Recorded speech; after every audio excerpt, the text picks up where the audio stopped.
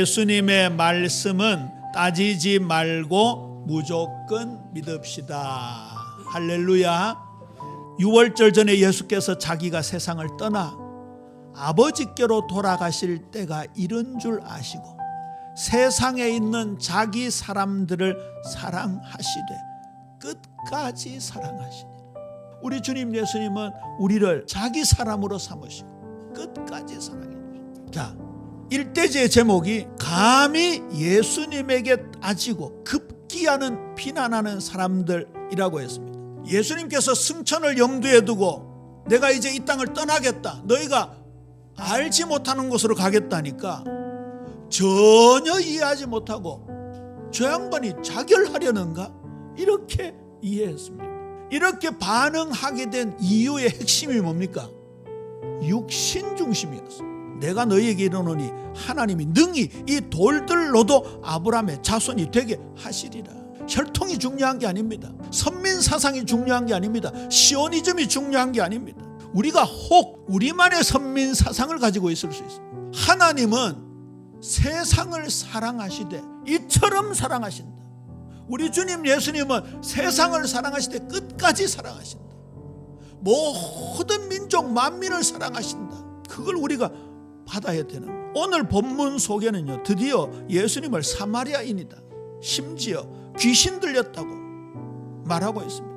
잘못된 자랑, 잘못된 자부심이 무엇을 놓치는 겁니까? 예수님의 본질을 놓치게 되는 거예요. 예수님의 본질은 하나님의 사랑을 대신 받아가지고 이 땅에 몸을 입고 오셔서 십자가에 못 박히시고 우리의 모든 죄와 저주를 담당하시고 부활하셔서 우리의 의가 되셔서 우리를 하나님 자녀 삼으시고 하나님 백성 삼으시고 우리를 새롭게 창조하셔서 하나님께 영광 돌리는 존재로 인도하시는 것인 줄로 믿습니까? 그 본질을 놓쳐버린 거예요. 그 본질을. 우리에게 혹시 아직도 육신 중심이 있다든지 그것에 지나쳐 나의 자랑거리로 삼는다든지 그렇게 되면요, 이 주님이 말씀해 주시는 이 본질, 하나님께 영광 돌려야 되는 삶의 내용들을 놓치는 거예요.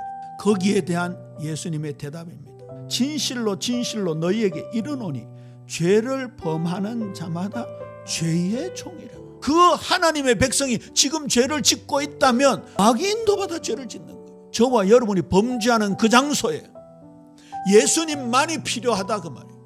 그분만이 우리에게 죄의 종노릇에서 해방시켜 주신다 그 말이에요. 자, 그러면 중간 결론, 무조건 믿어야 할 첫 번째 것이 뭡니까? 다시는 죄의 종노릇 하지 말자입니다.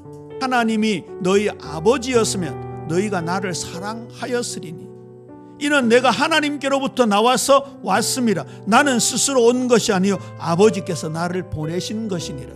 저와 여러분의 믿음은 위로부터 오는 은혜여야 함을 보여주고 있습니다. 바울이 날이 가면 날이 갈수록 밝은 빛 앞에 비춰지면 비춰질수록 자신의 죄성이 드러나는 걸 고백했잖아요. 바울은요, 로마의 법도 어기지 않았다고 했습니다. 그런데 주님 앞에 자신을 비춰보니까 죄인이라는 거예요. 하나님의 말씀과 무관한 하나님 말씀이 지금 주장하는 신앙, 거기에서 벗어난 내 경험, 왜곡된 복음에 빠져있는 내 신앙에서 벗어나야 할 것이 벗어나요.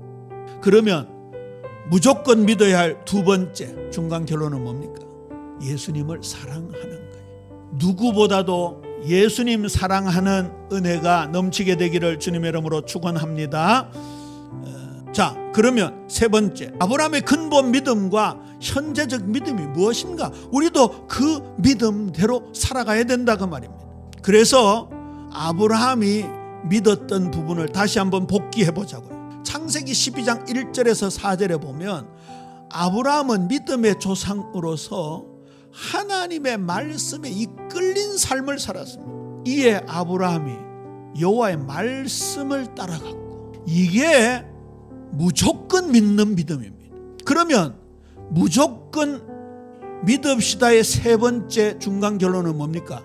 말씀 따라가는 거예요. 그를 통하여 이삭, 야곱, 손자 야곱을 통해서 12지파가 형성되어지고 이스라엘이라는 민족이 나오게 되었던 것이죠. 확실히 하나님의 무조건적 선택을 받은 아브라함의 믿음이었습니다. 그래서 아브라함을 믿음의 조상이라고 하는 거죠. 결국 종국적으로 아브라함은 예수님의 십자가 복음, 부활의 복음을 믿었던 것이죠.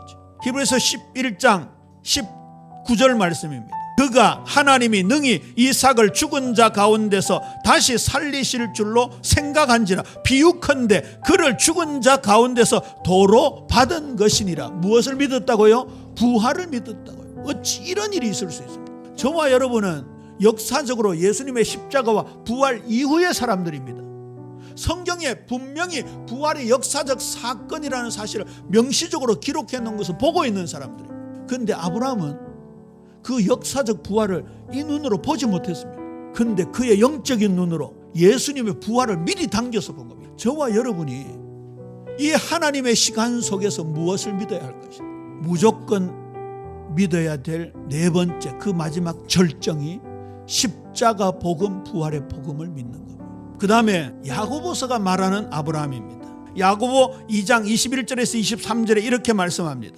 우리 조상 아브라함이 그 아들 이삭을 제단에 바칠 때 행함으로 의롭다 하심을 받은 것이 아니냐? 내가 보거니와 믿음이 그의 행함과 함께 일하고 행함으로 믿음이 온전하게 되었느니라.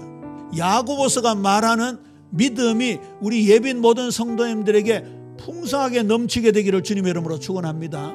말씀을 맺습니다. 예수님께서 이 땅에 오신 궁극적인 목적은 우리 가운데 거하심에 장막을 만들어 우리와 함께 하신다. 출애굽 여정에서는 성막을 만들어 하나님의 영광 가운데 함께 하신다는 뜻이라고 했습니다.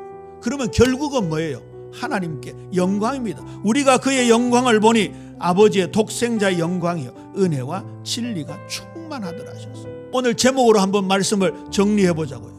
예수님의 말씀을 무조건 믿으면 저와 여러분에게 죽음을 보지 않는 하나님의 생명인 영생이 임하게 될 줄로 믿습니다. 무조건 믿습니다. 예수님 사랑하자. 말씀 따라가자. 십자가 부활의 복음만 믿자. 이렇게 우리 예빈 모든 성도님들이 이 무조건 신앙 속에 들어가서 이제는 남은 생에 하나님께 영광 돌리는 예배자로 거듭나는 귀한 은혜 풍성하게 되기를 주님의 이름으로 축원합니다.